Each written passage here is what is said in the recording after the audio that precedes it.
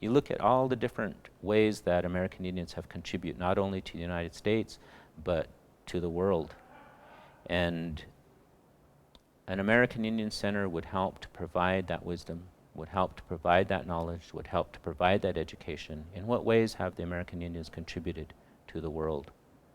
In what ways, as far as philosophy goes, as far as teaching, as far as agriculture, as far as environment, as far as spirituality, as far as music, dance? You look at all the different ways that American Indians have contributed to the world. And that wisdom and that knowledge would be facilitated through the American Indian Center. It would be a place for people to come and learn. And that's what we're about, is education. And that's what we want to do, is to educate our students so that when they leave the University of Wyoming, they're going to leave here with a good education and a better understanding of how to work in a world with diverse cultures and diverse people, diverse ways of knowing, diverse ways of learning, diverse ways of educating. University of Wyoming is the home of the cowboys. Is it also home to American Indians? Yes, but you have to look a lot harder to discover this. The Indians on campus are basically everywhere because there's it's just, I think it's a good thing because so many of us are taking different degrees. A lot of us aren't doing the same thing, so we're all in different schools, different sections, and we're just everywhere. We're in your classroom, maybe way in the back, but we're there. I love how we're still thriving. And I love how even though we've been through a lot of years of just hardships and different tragedies and everything, we're still here and we're still able to say we're here. And we're able to get a chance like this with the American Indian Center to share how diverse we are and to educate other people, and whether they want to be educated or not. And I think that's a great opportunity. Students, faculty, and visitors may see the statue of Chief Washakie, or perhaps notice the kiva-like shape of the American Heritage Center. But where might they go to learn more about American Indians in the West, or to gather and celebrate Native culture? Multiple resources and programs serve the university community, but they are scattered throughout campus, hardly a destination for visitors to our great state. The American Indian Studies program, together with many across the state, believe that a highly visible American Indian Center would serve as a symbol of Native American presence and a must-see educational destination for all. Need ha dine, Yungai. These are ways that Northern Arapaho and Eastern Shoshone speakers, respectively, might refer to such a place. A place where people come together, sometimes after having been separated for some time, to reunite, visit, meet the new babies, work together and learn, and reestablish and restore themselves as a community.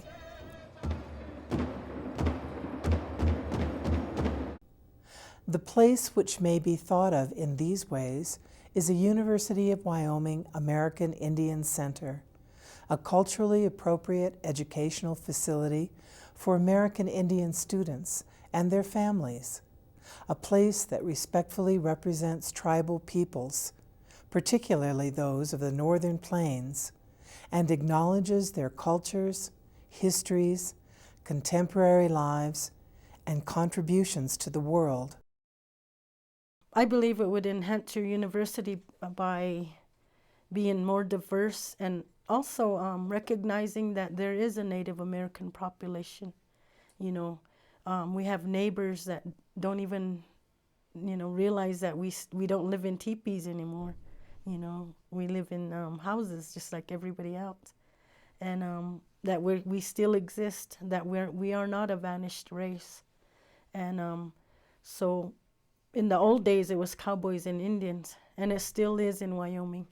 And except that the people don't realize that there was more to being Indians than just what was in the history books. A cultural center, American Indian Studies Center, whatever the ultimate name is, would be so significant for those Indian students to come and be a participant in the university. But equally important are those who are non-Indian, who can see what Indian people have, what they can contribute, and what we have contributed throughout the last 200 or 300 years. And it's a reversal, in my mind, of what has been going on for the last 100 years of suppressing tribal culture, tribal language, tribal ways, to now being recognized as something that's very important, and to really exemplify and expand on that thought would be the visual. I think it also, speaks well of the University of Wyoming for wanting to be able to share in that vision that the tribal peoples would like, their language preserved. They would like their stories told, and so I think University of Wyoming would will take a lead in allowing this to happen for the tribal communities, and so I think it says a lot for the institution. When you look at the contributions that these two tribes have made to the university in different ways, and really to the state, when you look at the oil and gas, right now, I'll just use the oil and gas as one example, but when you look at the taxes that are paid to the state of Wyoming from just the oil and gas by itself, it's a huge number. There was a study that was done just not too long ago that gives the facts and shows us what it is that the oil and gas companies have contributed, the oil and gas companies on the reservation have contributed to the state of Wyoming. It only makes sense that some of that money come back to helping to provide education for our people. And one of the last chiefs of the Eastern Shoshone was Chief Washakie. And when he signed the treaty in 1863, that included most of Wyoming. And in 1868, the government came and asked to renegotiate the treaty, and he did that. There were certain things that he asked for in exchange for the land that he was giving up. And one of those things was education. Education was something that was very important to him. On the Northern Arapaho side, education is also very important. And just for an example, the Northern Arapaho tribe voted in General Council to set up an endowment, and it started out as $1 million endowment. Today it's over $2.5 million, and that money is used to educate Northern Arapahoes. In Arapaho we have the letter 3. It has a TH sound, English TH sound, like in the word maybe thin.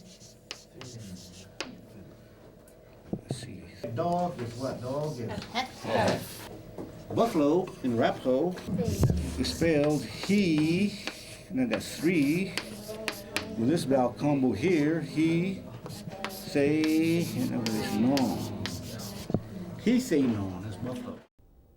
This educational and cultural center will be a vital, dynamic, focal point on campus where, through classes, lectures, and performances, exhibits, meetings, collaborative work, storytelling, songs and dances, and traditional meals, the artistic, spiritual, and intellectual traditions of Native peoples will be celebrated.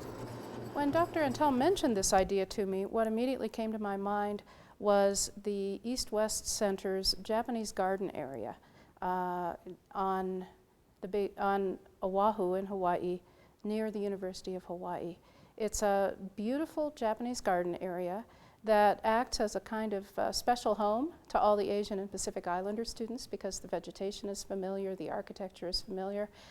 There's a tea house in the garden where tea ceremonies are held, which lets Asian students link with their home culture and their home territory. The Asian students and Asian American students often like to come to it for a sense of home. Visitors come to it because it seems like a little piece of another country or another culture that is near the campus and that's accessible to them. So it does serve those two populations, both the visitors who get a sense of another culture, and the students from elsewhere who get a sense of being home.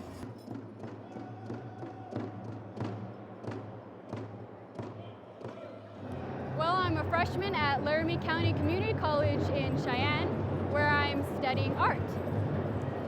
And hopefully I want to transfer here because it's bigger, and I guess there's more Indians around here, whereas there's not so much in Cheyenne. I want something that I can relate to, someone I can feel comfortable around. And today I feel pretty comfortable around here. Montana State University, University of Montana, they all had American Indian centers, and it really helped in their public relations to the Indian communities and giving the Indians a feeling that they have a place where they belong. In various parts of the academic world, Arizona State University has something. The University of Oklahoma has a Native American Cultural Center. At East Central University, where I just recently taught in Ada, Oklahoma, they have an American Indian Studies Center that they're trying to develop as a separate building. And they're getting quite a bit of help from the Chickasaw Nation in doing so. And it does nothing but promote good feelings between the Native American communities, the university, and the state at large. Again, it's a very visible demonstration of reaching out to not just one segment of society, but to everyone, and embracing them all.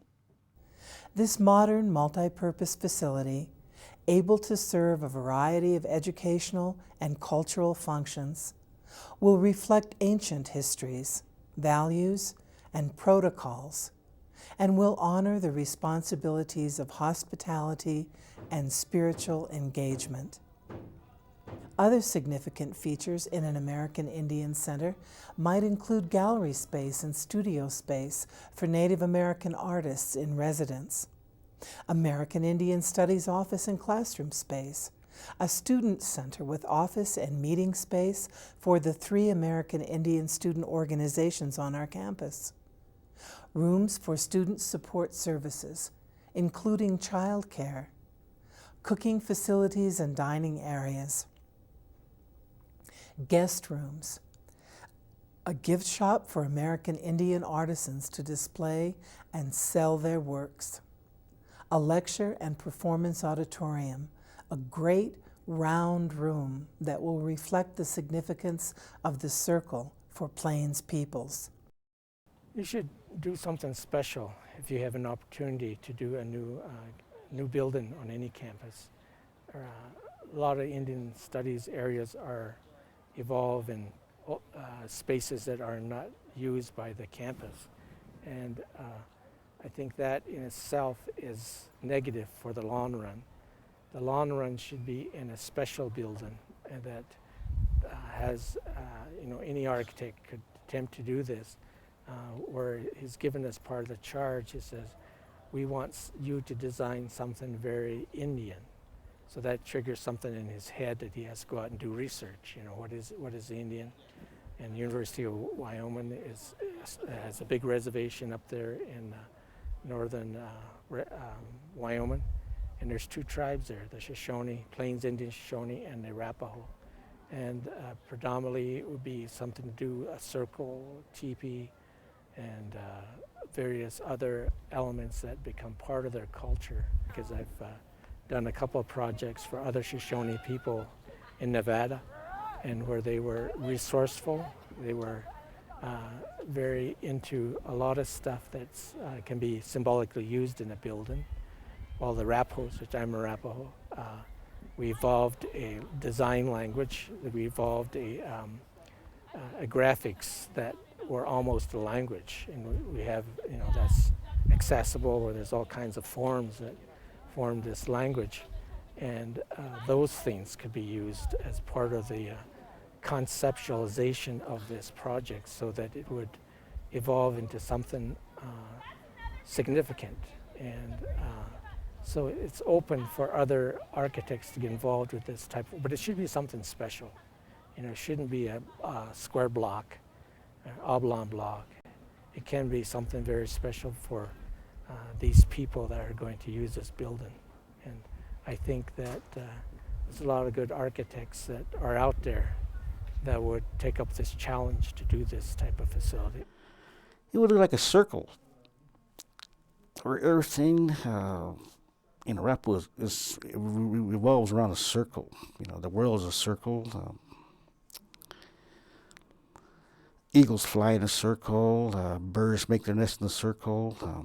Anyway, it's got to be round, like our teepee is in a circle. Our Shoshone word for teepee is yungai, and yun means calm, and gai means home or house. So what you're describing is a calm house. And when you go home, that's how your home should be, is calm. And so if you have a center that's like that, then you'll be able to learn without no chaos or no distractions.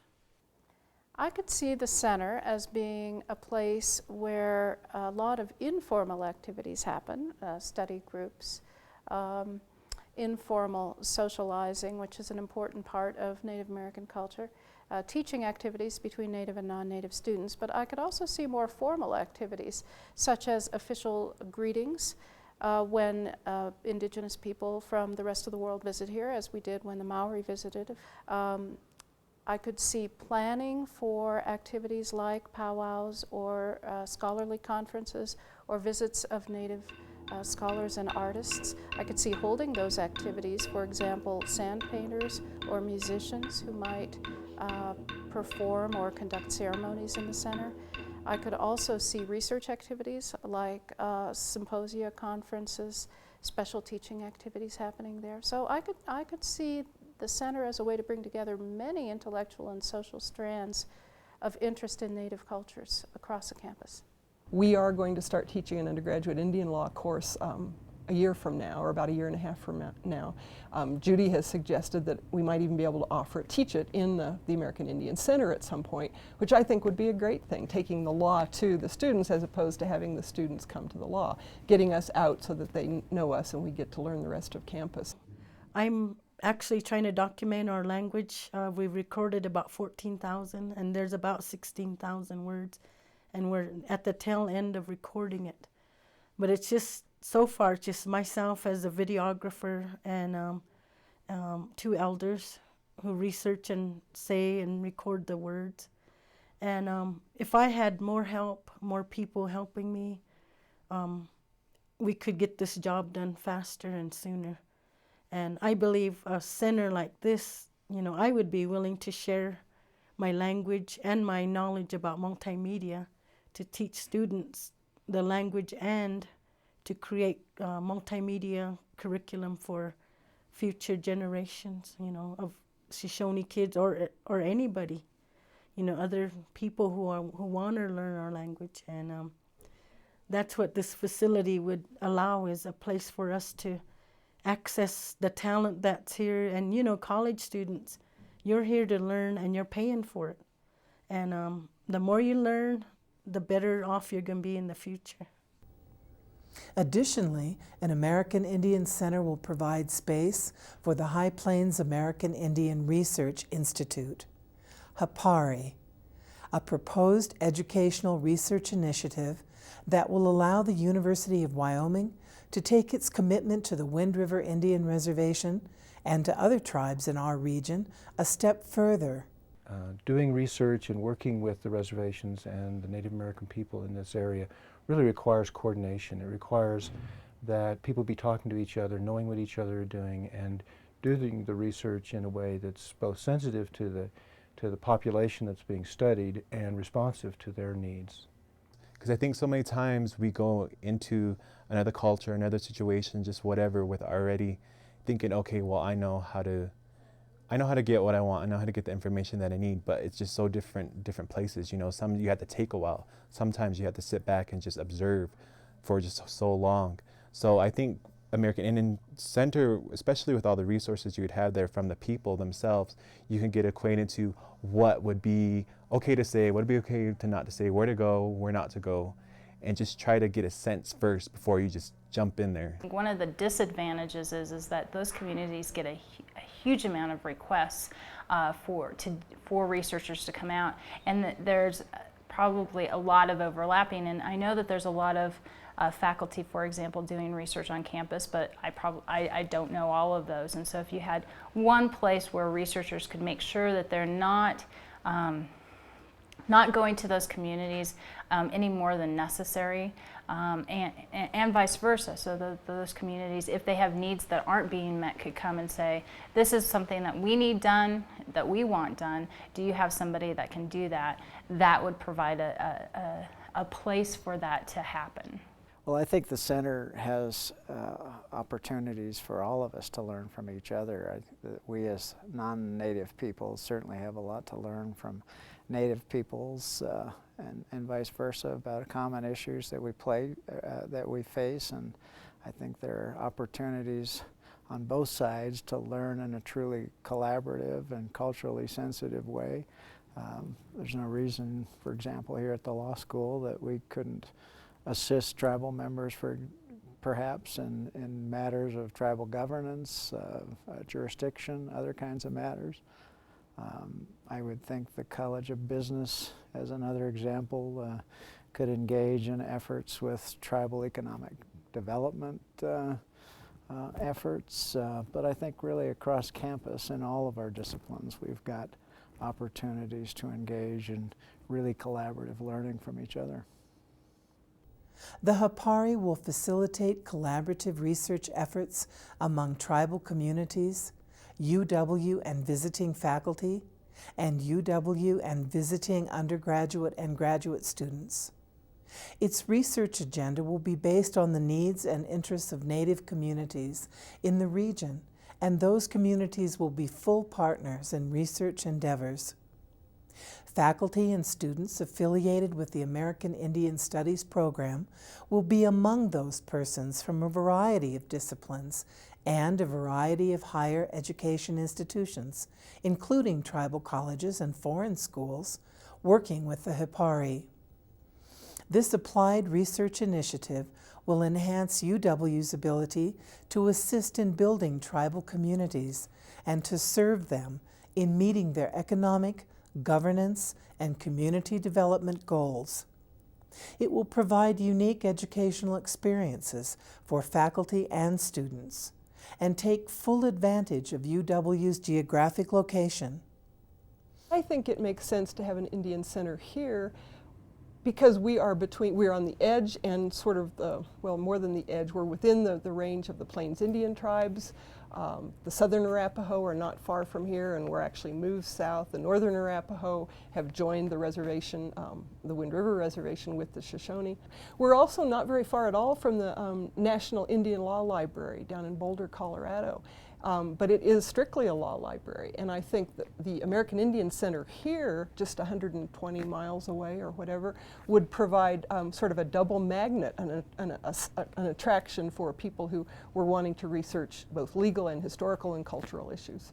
I believe that the entire process, the architecture involved, everything from the ground roots up, will try and provide that haven from which those who are drawn to the university because of this research can then have an example of Native American culture right here on campus that's going to allow them to have a better understanding of Native American society, reservation life, these kinds of things. Because many people who study Native American Indian topics aren't from the reservation, and this will provide them a venue, a conduit, if you will, toward people who can take them to the reservation, allow them to interact with Native Americans on a very real and tangible basis.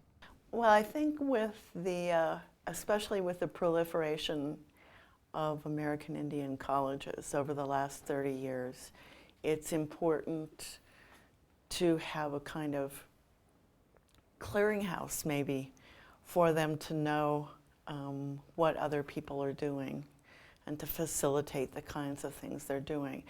And also to sort of extend the efforts of American Indian colleges. Most of them are junior colleges, so they don't really provide professional training. But HPAIRI could be a research focus for people to extend their educational interests into bachelor's and master's and PhD level work, which is really still not available with most of the Indian colleges, even though there are a lot more of them than there used to be. An informal feasibility study needed to advance the HPAIRI has been conducted by Professors Audie Blevins and Catherine Jensen. Last fall, we made a trip down to Arizona where there are two models that are available. One at the University of Arizona in Tucson and the other one at Arizona State in Phoenix. The one in Tucson was established with some sort of state support, something like $15,000. But they also had a Ford grant for $500,000. And since then, they've been able to generate something in the range of $3 million a year in support. So it seems like it's a way of generating revenue, but also in providing a visible symbol for people in the state and for Indian peoples in Arizona. The model that we saw up at Arizona State was really a pure research model where they were working with the tribes, I think there are 20 in Arizona, to examine specific problems and issues. And they started out with support from the President's office of $300,000, and now they're maintaining support in the range of $500,000 a year through grant efforts. But it's also the idea that you're providing a service to the Native American community in Arizona. They did not focus much on education, particularly at the undergraduate level, but more in terms of using graduate students in interdisciplinary efforts to work on these projects. Other steps to advance the American Indian presence at the University of Wyoming also have been taken in recent years. A College of Education target for an endowed chair in American Indian education, the hiring of 3 American Indian faculty members within the College of Arts and Sciences, the most recent of whom is Jeffrey Means, Lakota, who is teaching and conducting research in Plains history and culture. A College of Arts and Sciences recommendation that an American Indian Studies major degree be proposed. The establishment of an American Indian Studies graduate minor. The addition of Northern Arapaho and Eastern Shoshone language to the college's regular course offerings. The internationalization of AIST curriculum within study abroad opportunities in New Zealand and Mexico. Law College assistance with AIST classes in tribal sovereignty and Indian law, and College of Education assistance with classes in Indian education. Enhanced educational partnerships with the Buffalo Bill Historical Center's Plains Indian Museum and the Wind River Tribal College. And the launching of an American Indian Studies radio program. Clearly, UW's American Indian community is moving forward, and there have been noteworthy accomplishments. We've seen the beautiful statue of Chief Washakie. We've seen the powwows that have happened on campus, but I don't think yet that we're at the state where a major Western university should be in having a visible and consistent Native American presence on campus. A building would provide visibility, and I think that it would provide visibility not only to the program, but also to the opportunities that could be available to bring different groups together. In addition to that, I think it's more than just the state of Wyoming. I think that it could become a visible structure, but it also a visible center within the region, because there's not something like that in the near vicinity. An institute like this can show not only the individuals who would come to campus, but their families and their teachers and the people that they really respect, that the University of Wyoming is committed to them and to the issues that are part of their lives.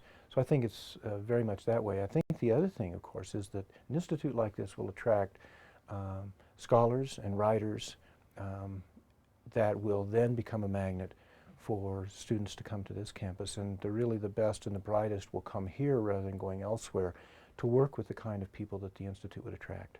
A lot of times I think that people are mistaken when they think when you think about American Indian education and you only refer to anthropology or you only refer to history, you're mistaken, because there's so many different areas of collaboration as far as the state of Wyoming and the reservation, but also the University of Wyoming and the reservation. And when we look for a place to go and research and to gain that knowledge and that wisdom, an American Indian Center is going to be a place and a focal point for that. And it's too bad that we don't have one already, but that's what we're working toward now. With an American Indian Center at the heart of a larger initiative, the University of Wyoming can take its place as a regional and national leader in American Indian education and research, and as a true academic home for American Indian students, a home that understands and honors the way of the people.